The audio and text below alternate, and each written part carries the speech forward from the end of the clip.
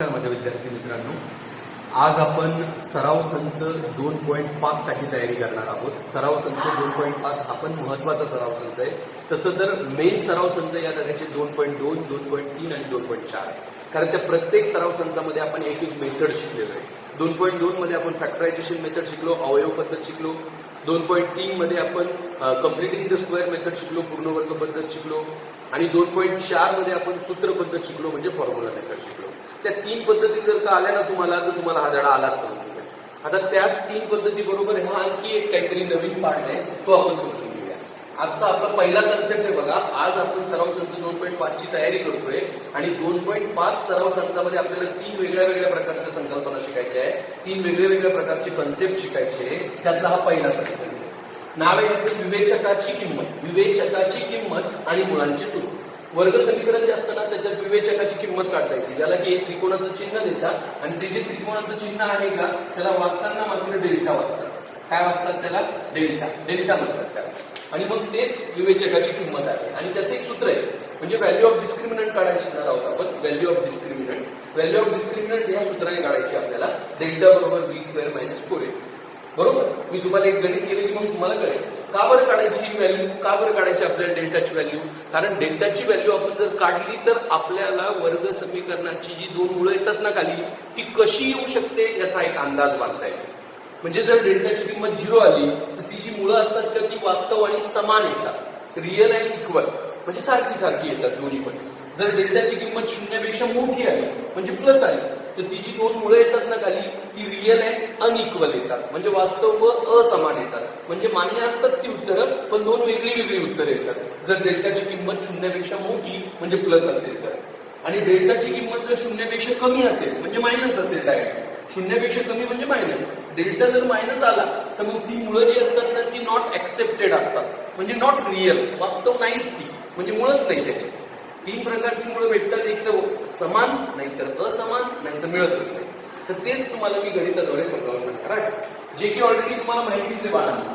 मागच्या गणितात सुद्धा आपण सूत्र पद्धतीने ज्यावेळेस गणित सोडवायला शिकलो ना, त्यावेळेस आपण b² - 4ac ची किंमत काढायचो. त्यालाच आज आपण विवेचकाची किंमत म्हणणार आहोत, व्हॅल्यू ऑफ डिस्क्रिमिनंट म्हणणार आहोत, व्हॅल्यू ऑफ डेल्टा म्हणणार आहोत. हा एकदम इझी बघा. सांगा आता a बरोबर b बरोबर c बरोबर. a बरोबर इथं काही नसतं म्हणजे 1 असतं, म्हणून a बरोबर 1. हा मधला अंक b बरोबर -6 आणि हा सुट्टा अंक c बरोबर -9. सॉरी. आणि आता विवेचकाच्या किमतीसाठी हे सूत्र डेल्टा बरोबर b² - 4ac. आता डेल्टा जर b² - 4ac असेल तर तुम्हाला माहितीच आता ब्रॅकेटचा वर्ग -4 ब्रॅकेट आठवत असेल सगळ्यांना. b म्हणजे किती? -6. a म्हणजे किती? 1. c म्हणजे किती? -9.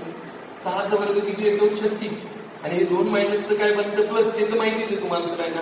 याचा वर्ग काढताना 6 चा वर्ग असला तरी 36 आणि -6 चा वर्ग असला तरी 36. आणि इथून पुढे मायनस काउंट करा. दोन मायनस असेल तर त्याला प्लस द्या. आणि 4 × 4 = 4 × 9 4 × 9 किती? 36. आता तुम्ही जर याची बेरीज किती, तर 36 आणि 36 किती येते? 72. म्हणजे डेल्टा किती आलाय तुमचा आता? 72 आलाय बघा. डेल्टा जो 72 आला तर त्यालाच म्हणतात विवेचकाची किंमत. विवेचकाची किंमत किती आली? विवेचकाची किंमत सांगा आता? 72. Value of discriminant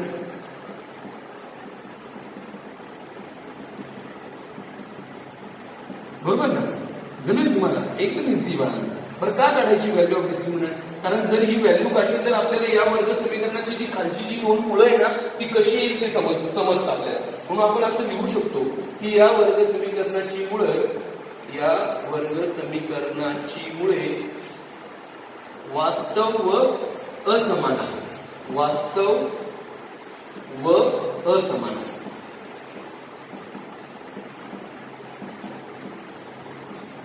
Roots of this quadratic equation are real and unequal. बरं का बाळांनो? अनइक्वल. आता बघा मी काय केलंय, आता तुम्हाला परत एकदा समजावून सांगतो. प्रश्न कसा विचारता हे मी काही दाखवलेलं नाहीये, मी डायरेक्ट कन्सेप्टला सुरुवात केलेली आहे. प्रश्न असा विचारतात की खालील वर्ग समीकरणासाठी तुम्ही विवेचकाची किंमत काढा, find the value of discriminant and then decide the nature of roots, आणि नंतर तुम्ही मुळांचं स्वरूप ठरवा. ओके. तर मग काय करावं लागतं? वर्ग समीकरणामध्ये a b c च्या किमती काढा, डेल्टाचं सूत्र द्या, डेल्टा बरोबर b² - 4ac सूत्र पाठ असू द्या, किमती भरा, उत्तर काढा. हे डेल्टाचं उत्तर 3 प्रकारचं येतं. कधी 0 येतं, कधी 0पेक्षा मोठं म्हणजे प्लस येतं आणि कधी 0पेक्षा छोटं म्हणजे मायनस येतं. यावेळी ते 0 आलं का डेल्टा बरोबर 72 म्हणजे 0 आहे का हा, पण हा अंक प्लस आहे बघा, याला पॉझिटिव्ह अंक म्हणतात कारण याला मायनसचं साईन नाहीये. मग हा प्लस आला तर मुलं कशी म्हणायची, वास्तव व असमान, रिअल अँड अनइक्वल. आणि हे जर 0 आलं तर वास्तव व समान, आणि हे जर मायनस आलं तर वास्तव नाही. Means in English, if delta is 0 then real and equal, if delta is positive then real and unequal, and if delta is negative then not real, directly not real.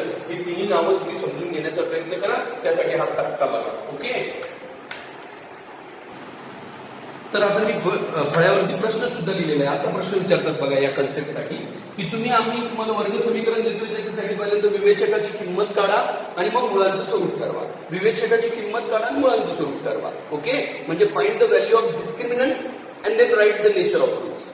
लक्षात ठेवा तुम्ही, हा प्रश्न लक्षात ठेवा, एकदम इझी बघा. विवेचकाची किंमत सांगा आता कशी काढतात, एबीसीच्या किमती. हा सांगा, ए बरोबर किती सांगा, ए, याला ए म्हणतात, याला बी, बी बरोबर किती 4, याला सी, सी बरोबर पण किती 4, आणि काढा आता विवेचकाची किंमत. यालाच विवेचकाची किंमत म्हणतात, पण वाचताना याला डेल्टा वाचतात आणि दिसायला त्रिकोण आहे, त्रिकोणाच्या चिन्हाला डेल्टा वाचतात, यालाच विवेचकाची किंमत म्हणतात, यालाच व्हॅल्यू ऑफ डिस्क्रिमिनंट म्हणतात. Okay, and formula b² - 4ac. Now put the values. b म्हणजे किती 4, 4 चा वर्ग, -4 ac, a किती तुमचा 1, c पण किती तुमचा 4, 4 चा वर्ग किती येतो 16, एकच मायनस म्हणून मायनस, 4 चौक किती 16, 16 तून 16 गेला खाली उरला 0.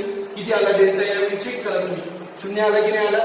मग 0 जर आला तर तुम्ही विवेचकाची किंमत 0 म्हणा.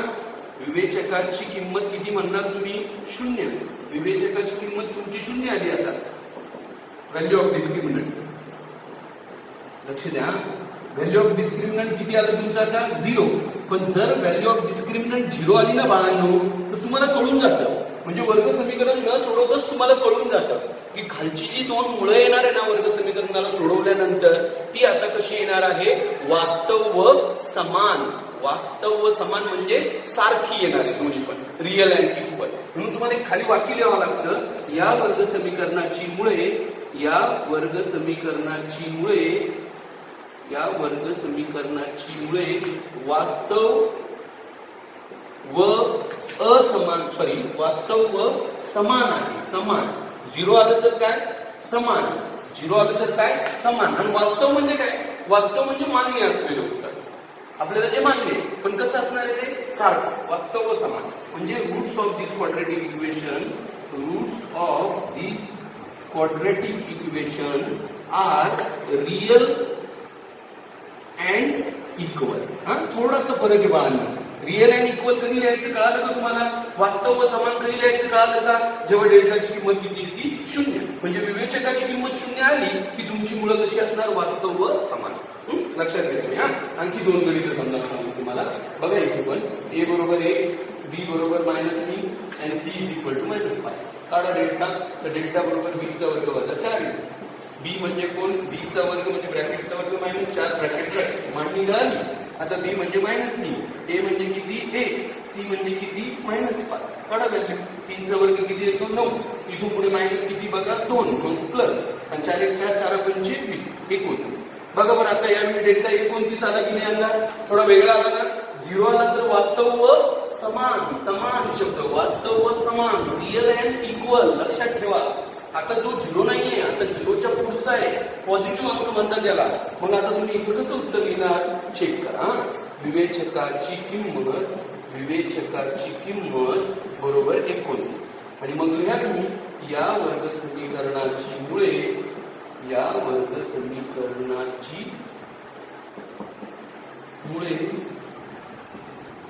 वास्तव व असमान, वास्तव व असमान. असमान बघा, असमान थोडासा फरक आहे. 0 आलं तर समान आणि 0 नाही आलं तर वास्तव व असमान. म्हणजे roots of this quadratic equation, roots of this quadratic equation are real and unequal. लक्षात आलं तुम्हाला? दोन प्रकार दाखवले बघा. झिरो आलं तर काय म्हणायचं? रिअल अँड इक्वल, वास्तव व समान. आणि झिरो नाही आलं, झिरोच्या पुढचं आलं कोणताही प्लस अंक आला तर वास्तव व असमान. असमान आणि समान एवढाच फरक आहे फक्त. वास्तव शब्द दोन्हीकडे पण आहे. Real and equal, real and unequal. आणि तिसरा प्रकार ए बरोबर हे गणित आहे बघा. आता 2m² + 3m + 5 = 0. Now put the values. a = किती? 2, b = 3 and c = किती? 5. Now find the value of discriminant. Delta = b² - 4ac. Now bracket square minus 4 bracket. Now put the values. b 3, a 2 and c is equal to 5. Now 3² = 9. आणि इथून पुढे साइनचं तुम्हाला माहितीच आहे सगळ्यांना. एकच मायनस असेल तर काय द्यायचं? मायनस. दोन मायनस असले तर प्लस. आणि हे तुम्ही बघितले, तुमच्या लक्षात तरी आलं का? आता याच्या अगोदरचा जो सराव संच आहे, सराव संच 2.4, त्याच्यामध्ये आपण जी पद्धत शिकलोय, सूत्र पद्धत, त्याच्यामध्ये हेच तरी सगळं. इथं पहिली स्टेप आहे त्या गणिताची. इथं ते अख्खं गणित म्हणलंय आपलं, व्हॅल्यू ऑफ डिस्क्रिमिनंट म्हणून. हा, लक्षात ठेवा. 4 × 8 = 45, 40. आता तुम्हाला माहिती आहे, 9तून 40 वजा होत नसतात, कारण उलटी वजाबाकी आली. म्हणून 40 मधून 9 वजा करा 31, पण चिन्ह कोणतं द्या? मायनस. डेल्टा = -31. म्हणून विवेचकाची किंमत किती आली? विवेचकाची किंमत -31, राईट ना? आणि जर ती मायनस आलेली असेल तर तुम्ही लिहा, या वर्ग समीकरणाची मुळे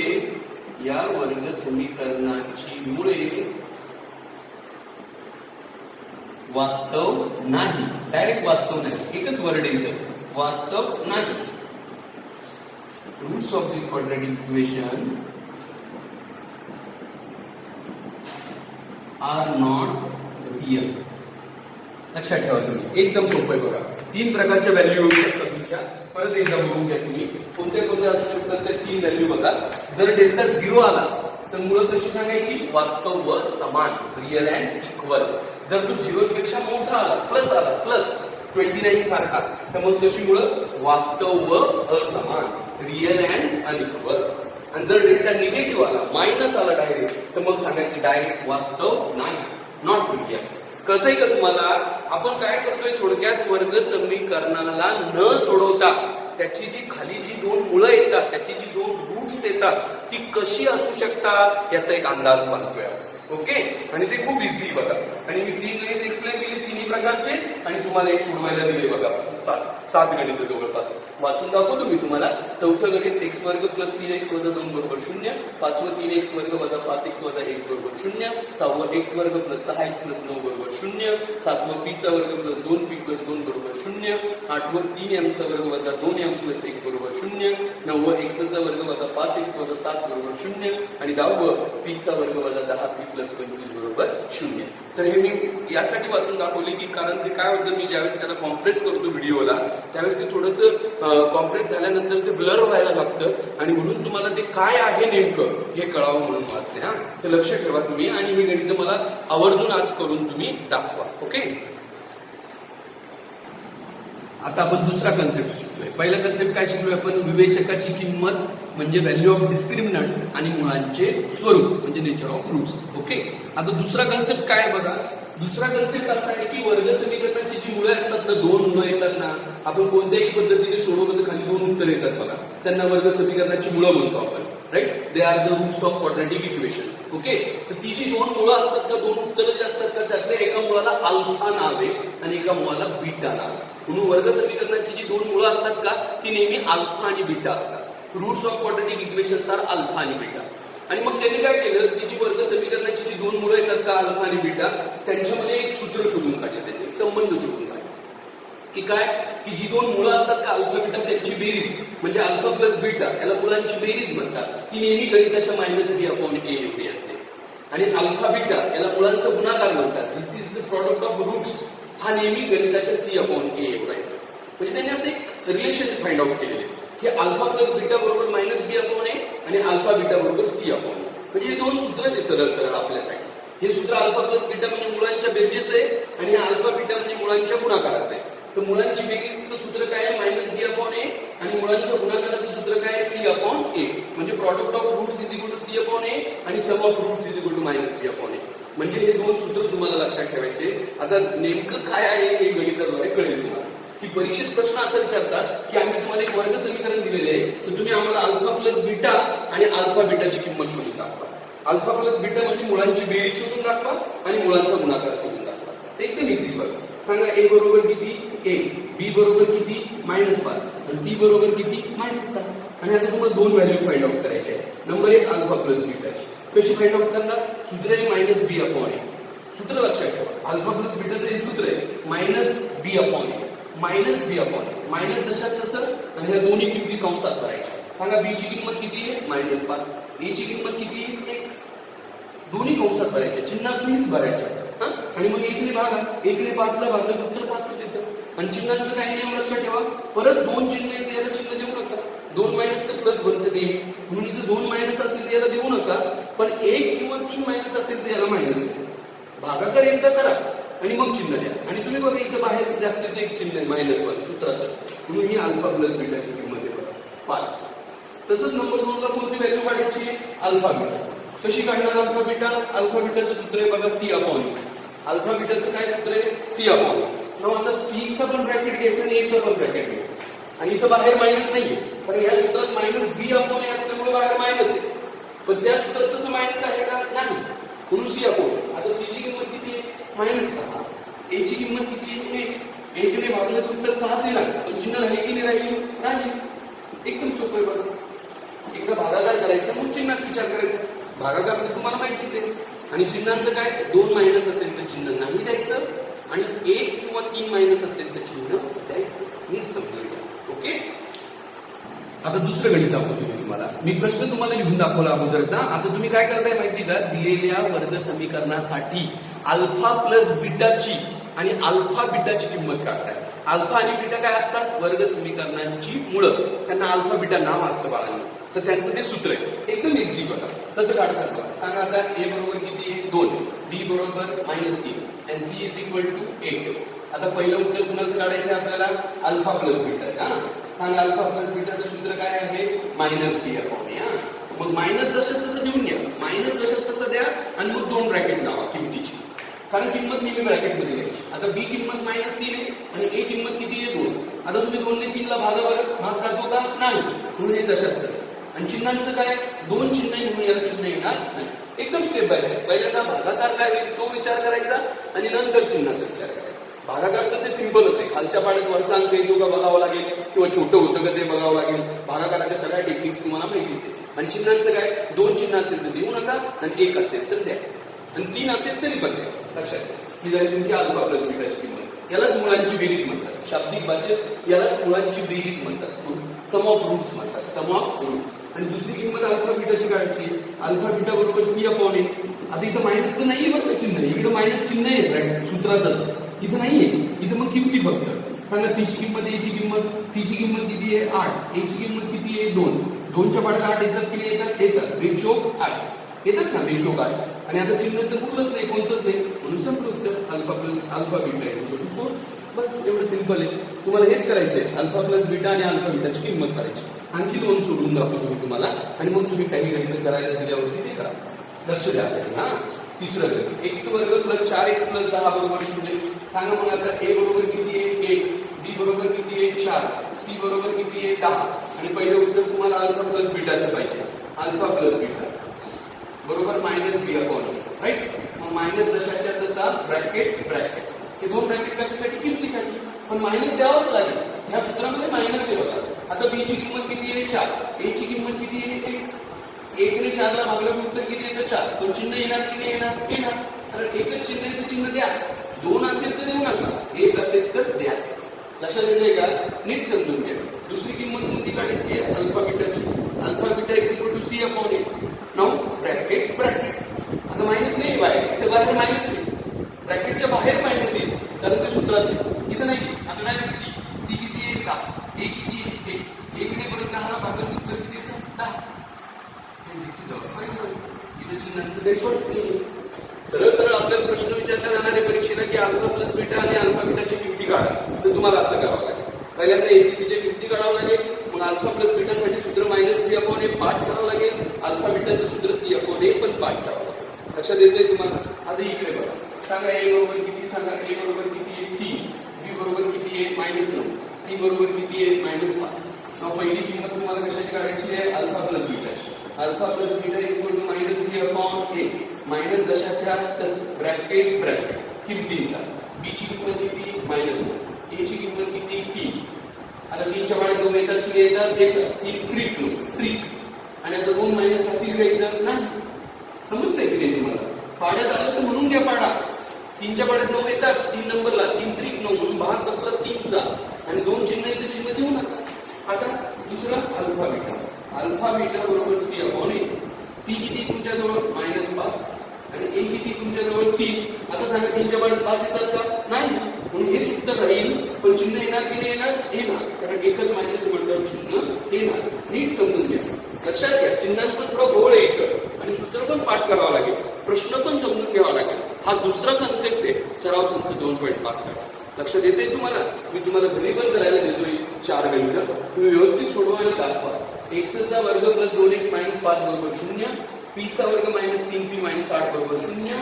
m square plus 3m plus 10 is equal to 0. And the last one 2p square minus 3p minus 8 is equal to 0. हे सगळे गणितं तुम्ही सोडवा. हा आपला दुसरा कन्सेप्ट होता. आणखी एक कन्सेप्ट बाकी आहे. आता हा आपला तिसरा कन्सेप्ट आणि शेवटचा कन्सेप्ट आणि हाच मेन सगळ्यात मेन. हा जर तुम्हाला कळाला की आपला सराव संच 2.5 हा टोक्यात आला. लक्षात ठेवा तुम्ही. आणि याच्यानंतर काय शेवटचा सराव संच आहे सराव संच 2.6. तो सराव संच म्हणजे अवयव पद्धत. सरळ तुम्ही 2.2 चांगलं रिव्हिजन करा तर तुम्हाला 2.6 येऊन जाईल आणि इन शॉर्ट आपला सगळा धडा आपल्या आटोक्यात येईल. बरोबर.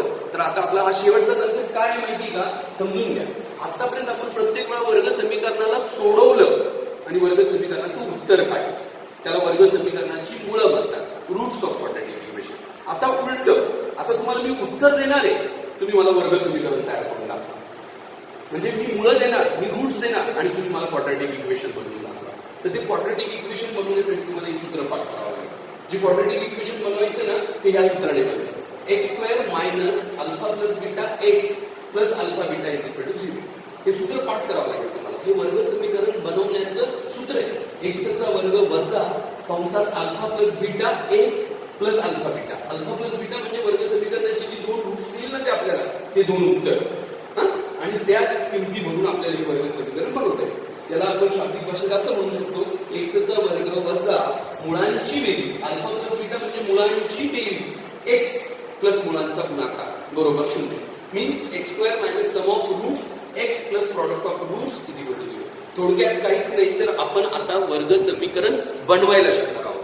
कसं बनवणार आहोत आपण वर्ग समीकरण? मी तुम्हाला वर्ग समीकरणाची काय देणार आहे मुळं. समजा ही 2 मुळं आहे तुमच्याकडे 8 आणि 5 2 मुळं आहे म्हणजे हे 2 उत्तर आहे तुमचे डायरेक्ट. खालचं जे उत्तर असतं का ते मी आता पहिल्या स्टेपला देणार तुम्हाला आणि तुम्ही वर्ग समीकरण बनवून दाखवायचं. तर कसं? या पहिल्या मुळाला नाव द्यायचं अल्फा. अल्फा बरोबर किती 8 बीटा बरोबर किती 5 आणि लगेच वर्ग समीकरणाचं सूत्र लिहायचं. काय सूत्र आहे?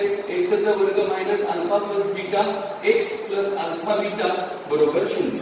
राईट ना? हे सूत्र तुम्हाला पाठ करावं लागेल. हे सूत्र आहे. हे कधी वापरणार ना? जेव्हा परीक्षेत असा प्रश्न विचारतील की तुम्ही खालील वर्ग समीकरणांच्या मुळावरून वर्ग समीकरण तयार करा.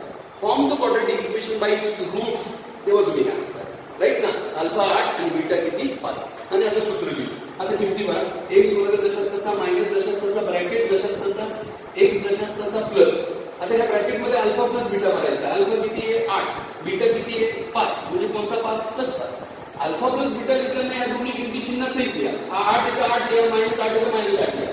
हा 5 इथं प्लस 5 लिहा मायनस 5 इथं मायनस 5 लिहा. बाजूला x जशाच तसा प्लस करा आणि हा अल्फा बीटासाठी 2 छोटे छोटे ब्रॅकेट लावायचे. अल्फा बीटा याला गुणाकार म्हणतात अल्फा बीटाचा. अल्फा बीटा अल्फा किती 8 बीटा किती 5. जमली ही स्टेप. किमती भरायची स्टेप जमली तुम्हाला. लक्ष द्या कशी लिहायची बघा परत एकदा. हे बघा x स्क्वेअर जशाच तसा मायनस जशाच तसा मोठा ब्रॅकेट x लिहा मोठा ब्रॅकेट आणि प्लस या दोघांना छोटे छोटे ब्रॅकेट लावा लागतात आपल्याला. आता इथं पण अल्फा बीटा इथं पण अल्फा बीटा पण इथं अल्फा बीटा एकत्र आणि इथं अल्फा बीटा सुट्ट सुट्ट. अल्फा किती तुमचा 8 बीटा किती प्लस 5. इथं अल्फा किती तुमचा 8 बीटा किती 5 पण इथं चिन्ह द्यायची गरज नसते. आता हा x वर्ग तशाच तसा आणि यांची बेरीज करा. 8 आणि 5 किती होतात सांगा 13. राईट ना? आणि बाहेर मायनस म्हणून मायनस 13. लक्षात येते का? हे 8 आणि 5 13 आणि बाहेरचं मायनस मायनस 13 प्लस 8 म्हणजे किती 40 इज इक्वल टू 0. एकदम इझी. इथं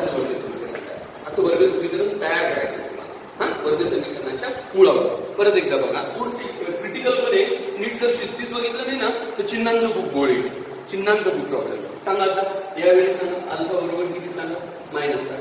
बीटा बरोबर किती आहे, -4. आता आपल्याला वर्ग समीकरण तयार करायचं म्हणून सूत्र तयार करा. सूत्र आहे x चा वर्ग minus alpha plus beta x plus alpha beta बरोबर 0. राईट ना. आता किती भरा, x वर्ग मायनस ब्रॅकेट मध्ये अल्फा प्लस बीटा भरायचं आहे तुम्हाला. अल्फा किती आहे, -7, बीटा किती आहे, -4. इथं दोन्ही किमती लिहिताना दोन्ही चिन्ह तशाच तसे घ्या. मायनस असेल तर मायनस, प्लस असेल तर प्लस. आणि इकडे प्लस लिहिताना नंतर छोटे छोटे ब्रॅकेट मध्ये किमती भरा. इथं दोन्ही किमती एकाच ब्रॅकेट मध्ये, इथं सुट्ट्या सुट्ट्या. अल्फा किती, -7, बीटा किती, -4. आता x वर्ग आणि हे स्वतः -11 येणार आहे बघा. हे मायनस तर आहेच, पण हे स्वतः -11 आलं बघा, -11. म्हणून x ने वाढवणार आहे तुमची 728. आणि इथं काय करायचं बघा, याला गुणाकार म्हणतात बघा. इथं काय करायचं, 728 तर होणारच प्रत्येक वेळा, पण इथं जर 2 मायनसचे चिन्ह दिसले तिथं मायनस राहणार नाही, आणि एकच मायनसचे चिन्ह दिसलं तर मायनस आहे. 7ला किंवा 4ला एकालाच मायनस असेल तर इथलं उत्तर मायनस येईल तुमचं. इथं तर काय प्रॉब्लेम आहे, हा मायनस तर राहणारच आहे तुमचं इथं. पण इथं ब्रॅकेट मधलं उत्तर तुमचं काय आलं आहे आता, -11. का बरं, कारण -7 आणि -4 किती बनतात, -11. तर याला बेरीज वजाबाकी म्हणतात. बेरीज वजाबाकी जर फुले दोन्ही चिन्ह सारखे असेल तर बेरीज करा आणि उत्तराला मोठ्या संख्येचं चिन्ह द्या. दोन्ही चिन्ह वेगळे वेगळे असेल तर वजाबाकी करा आणि उत्तराला मोठ्या संख्येचं चिन्ह द्या. ते तुम्हाला माहिती सगळं. आता हा बेसिक नॉलेजचा भाग आहे आपला. आणि +28 का आलं ते पण समजून घ्या. 2 मायनस असले की नेहमी काय द्यायचं, प्लस. आणि इथे एक स्टेप वाढणार आहे, तर ह्या मायनस मध्ये चिन्ह काय होईल, चेंज होईल. 2 मायनसचं काय करायचं, प्लस. आणि +28 बरोबर 0. एकदम इझी आहे, लक्षात घ्या. मी आता हे 2 गणितं तुम्हाला दाखवलेच आहे, पण मी आणखी तुम्हाला 4-5 गणितं दाखवतो याची, आणि मग आपण याला काय करू, स्टॉप करू. ओके, मी आणखी काही गणितं घेतलेले फळ्यावरती बघा. मी काय करतोय, आपल्याला वर्ग समीकरणाच्या मुळावरून वर्ग समीकरण तयार करायचंय, म्हणजे रूट्स वरून आपल्याला क्वाड्रॅटिक इक्वेशन बनवायचंय, रूट्स वरून. बघा तुम्ही आता ही 2 रूट्स आहे बरं का. मी प्रश्न शॉर्टकट मध्ये दिलेला आहे. सांगा आता अल्फा बरोबर किती सांगा, 7. बीटा बरोबर किती, 10. सांगा वर्ग समीकरण तयार करण्याचं सूत्र पाठ झालं तर तुमच्या x वर्ग minus alpha plus beta x plus alpha beta बरोबर 0. असं केलं का आता? आता पुढे काय, x वर्ग जशाच तसा मायनस जशाच तसा, इथं 2 किमती कंसात भरायच्या आहे आणि इथं 2 किमती सुट्ट्या कंसात भरायच्या. ही मांडणी समजती का बघा. x वर्ग मायनस हा मोठा ब्रॅकेट x प्लस छोटे छोटे ब्रॅकेट. आता इथं पहिला अल्फा कोण, 7. बीटा कोण, 10. पण 10 चिन्ह नाही म्हणजे कोणतं, +10. तिकडेच अल्फा पण बीटा, 7, 10 संपलं. आता याला गुणाकार म्हणतात. गुणाकाराचा गुण कसा असतो, 7, 10, 70. 7, 10, 70 आणि चिन्ह प्लसच आहे सगळे म्हणून प्लस येतो तो. आणि याला बेरीज म्हणतात. याला 7 आणि 10 किती बनतात, 17. पण आता ते मायनस राहणारच नाही, ते 7 आणि 10 17 बनले ना, पण ते मायनस नाहीच आहे ना आता, म्हणून त्याला ब्रॅकेट लावूच नका आता. पण हे बाहेरचं मायनस जशाच तसं. लक्षात येते का? आणि म्हणून वर्ग समीकरण कोणतं बनलेले लक्षात ठेवा तुम्ही, x वर्ग मायनस 17x प्लस 70 बरोबर 0. कसं असतं माहिती का, मी तुम्हाला ह्या दोन्ही क्रिया दाखवतो. याला बेरीज वजाबाकी म्हणतात आणि याला गुणाकार म्हणतात. बेरीज वजाबाकी किती प्रकारची येते बघा. बेरीज वजाबाकी बाहेर मायनस असणारच आहे, आतमध्ये काय येऊ शकतं, बाहेर मायनस असणारच आहे, आतमध्ये काय येऊ शकतं. बाहेर मायनस आहे, इथं 7 येईल, इथं -3 येईल, इथं -7 येईल, इथं +3 येईल, इथं 7 येईल, इथं +3 येईल, इथं -7, इथं -3 येईल. आता काय करायचं, आता हे 7तून 3 दिले खाली, किती उरले 4. पण या 4ला चिन्ह आहे का, याला चिन्ह नाही आहे, म्हणून हे बाहेरचं चिन्ह तशाच तसं. आता इथं 7तून 3 गेले 4, पण मोठ्या संख्येत चिन्ह मायनस. हे स्वतःच उत्तर -4 आहे, म्हणून याला ब्रॅकेट लावून बाहेर आणखी एक मायनस दाखवावं लागतं तुम्हाला. आणि मग एक स्टेप वाढते तुमची, कारण हे प्लस उत्तर येतं की मायनस उत्तर येतं त्यावर डिपेंड करतं. किंवा तुम्ही उत्तर काढा आणि त्याला ब्रॅकेट द्याच प्रत्येक वेळा. समजा याचं उत्तर 4 ब्रॅकेटमध्ये, बाहेर काय मायनस. इथं याचं उत्तर काढा, याचं उत्तर काढा, तर 7 आणि 3 किती 10, ब्रॅकेटच्या बाहेर काय मायनस. इथं याचं उत्तर काढा, 7 आणि 3 किती 10, पण दोन्ही मायनस असल्यामुळे -10 आणि बाहेर काय मायनस. असं हे डबल मायनसचा जो उतार आहे ना, तो थोडासा त्रासदायक आहे तुम्हाला. ते नीट समजलं पाहिजे वाहन. हे बघा, लक्ष द्या. हे बघा, -8 + 5 -8 -3. आता दोघांमध्ये काय चेंज बघा का, आणि -8 + 5. बघा आता सांगा मला यांची बेरीज होईल की वजाबाकी. पहिल्यांदा हे ठरवावं लागतं आपल्याला. मध्ये प्लस असेल तर बेरीज करावी लागते, मध्ये मायनस असेल तर वजाबाकी करावी लागते. 2-2 चिन्ह असेल तर मग विचार करावा लागतो. चिन्ह सारखे असेल तर वजाबाकी, सारखे असेल तर बेरीज आणि वेगळे असेल तर वजाबाकी. आता यांची बेरीज 8 + 13 येते की नाही येते, मग हे झालं उत्तर तुमचं. पण हे बाहेरचं मायनस तर द्यावंच लागेल ना. आता हे सांगा 8 आणि 3 किती होता 11, पण कोणते 11 होता हे मायनस, हे स्वतः -11 आणि बाहेर आणखी एक मायनस, हे समजते की नाही तुम्हाला बघा. आणि इथं याच्यातून 8तून 5 गेले 3 आणि बाहेर आणखी एक मायनस. मग इथं काय होतं याच्या खाली डायरेक्ट मायनसच राहतं हे, आणि इथे हे 2 मायनसचं काय बनतं प्लस, इथं पण 2 मायनसचं काय बनतं प्लस. हा फरक आहे बघा बाळांनो, लक्षात घ्या. याला बेरीज वजाबाकी म्हणून आपण. आणि गुणाकाराचं सिंपल एकदम, गुणाकारात असे 4 प्रकार बघायला मिळतात.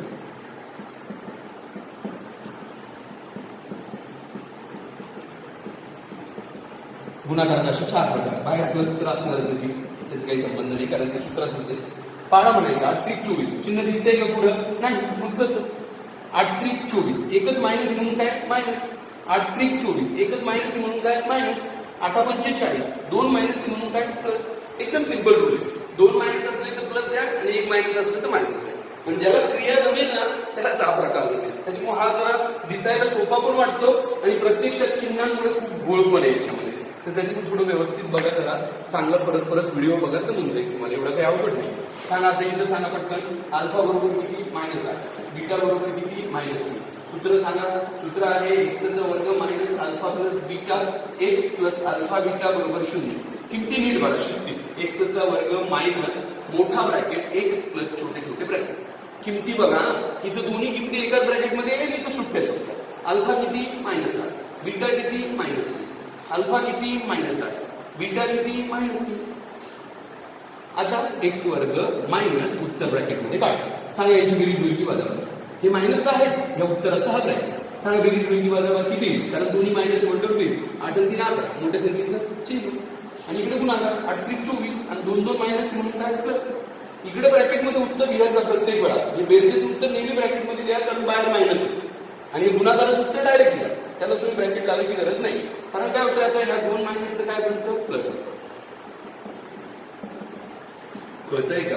जरा थोडं व्यवस्थित समजून घ्या, गडबड तर नाही होते ना, लक्षात घ्या. तुम्ही परत बघा, तुम्ही व्हिडिओ लागलास तर तुम्हाला लक्षात येऊन जाईल. आता हे बघा, सांगा मला इथे आता अल्फा बरोबर किती तुमचा 8, बीटा बरोबर किती -7. आणि सूत्र सांगा आता तुम्ही, एक्स वर्ग minus alpha plus beta x plus alpha beta बरोबर 0.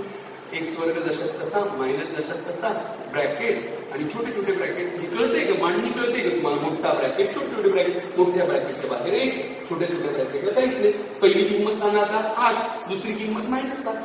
पहिली किंमत 8, दुसरी किंमत -7. आता तुम्हाला माहिती सगळ्यांना मायनस ब्रॅकेटमध्ये उत्तर सांगा, ब्रॅकेटमध्ये उत्तर काही बेरीज होईल की वजाबाकी, वजाबाकी मध्ये वजा येतो वजाबाकी. 8तून 7 गेले 1, चिन्ह द्यायची गरज नाही. आणि इकडे 8 साठी 56, पण दोघांपैकी एकालाच मायनस आहे म्हणून मायनस, राईट ना. आता एक्स वर्ग हे -1x -56 बरोबर 0. इथं प्लस नाही झाला आता कारण हे एकच मायनस आहे. ब्रॅकेटमध्ये पण मायनस आणि बाहेर पण मायनस म्हटल्यावर प्लस होतं. लक्षात घ्या. तुम्ही काय तयार करताय? वर्ग समीकरणांच्या मुळावरून वर्ग समीकरण. कधी प्लस चिन्ह बघायला मिळतील, कधी मायनस, कधी मायनस प्लस. थोडं गोळ होण्याचा चान्स आहे. हुशार मुलांचं तर काही प्रॉब्लेमच नाही, पण बाकी सर्वसाधारण मुलांनी जरा परत बघा. परत एक बघा. हा सांगा आता अल्फा बरोबर किती आहे -8, बीटा बरोबर किती आहे 3. वर्ग समीकरणाचं सूत्र एक्स वर्ग minus alpha plus beta x plus alpha beta बरोबर 0. आता किमती भरा व्यवस्थित. एक्स वर्ग मायनस ब्रॅकेट एक्स प्लस छोटे छोटे ब्रॅकेट. किमती भरा. अल्फा सांगा, चिन्ह सहित सांगायचा. अल्फा किती -8, बीटा किती 3 म्हणा किंवा +3. 3 नाही म्हणू शकत ना, +3 म्हणावं. मग -8 आणि इथं 3, इथं प्लस दिलं नाही तरी चालतं. एक्स वर्ग मायनस ब्रॅकेटमध्ये उत्तर लिहा. सांगा 8तून 3 गेले 5, मोठ्या संख्येचं चिन्ह. आणि इकडे 8 त्रिक 24 आणि एकालाच मायनस म्हणून मायनस. डायरेक्ट इकडे ब्रॅकेट द्यायचंच नाही, डायरेक्ट चिन्ह. आणि इकडे आता हे 2 मायनसचं काय करायचं प्लस. जास्त कॉम्प्लिकेटेड नाही येते, नीट बघा तुम्ही कळून जाईल. एक तर प्रिन्सिपल. कधी कधी एखादी किंमत 0 पण येऊ शकते. अल्फा बरोबर किती 0, बीटा बरोबर किती -3. आणि म्हणून सूत्र आहे एक्सचा वर्ग minus alpha plus beta x plus alpha beta बरोबर 0, राईट ना. मग एक्स वर्ग मायनस अल्फा बीटा किती घेणार तुम्ही? आता बघा तुम्ही किमती बघून सांगा व्यवस्थित जरा. सांगा अल्फा किती? बघा अल्फा 0 आणि बीटा किती आहे -3. अल्फा 0, बीटा किती -3.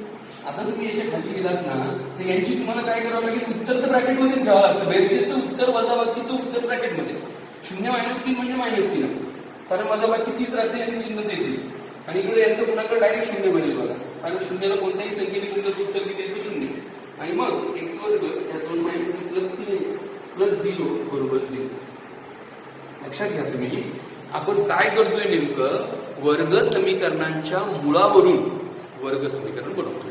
म्हणजे formation of quadratic equation by its roots. एकदम इझी. बघा तुम्ही, मी 4 गणित तुम्हाला एक्सप्लेन केलेले आहे, अगोदर पण 2 केलेले आहे, असे 6 गणित सोडून दाखवलेले. चिन्हांचा थोडासा प्रॉब्लेम जरा व्हायचा नसेल तर तुम्हाला गणित परत परत सोडवावं लागेल. मी हे गणित करायला पण दिलेले तुम्हाला घरी. 8वं गणित 11-3, 9वं गणित -5 -7, 10वं गणित 4 -2, 11वं गणित -8 आणि 12वं गणित 10-3. ते सगळे गणित सोडवा. आता आपल्याला सराव संच 2.5 साठी लागणाऱ्या ज्या 3 गोष्टी होत्या त्या आपण शिकलेलो आहे. ह्या जर तुम्ही चांगल्या आज लर्न केल्या, व्यवस्थित जर समजून घेतल्या, तरच उद्याचा प्रॅक्टिस सेट तुम्हाला कळेल. अदरवाईज तुम्हाला प्रॅक्टिस सेट कळणार नाही. म्हणून याची चांगली तयारी करा. ओके.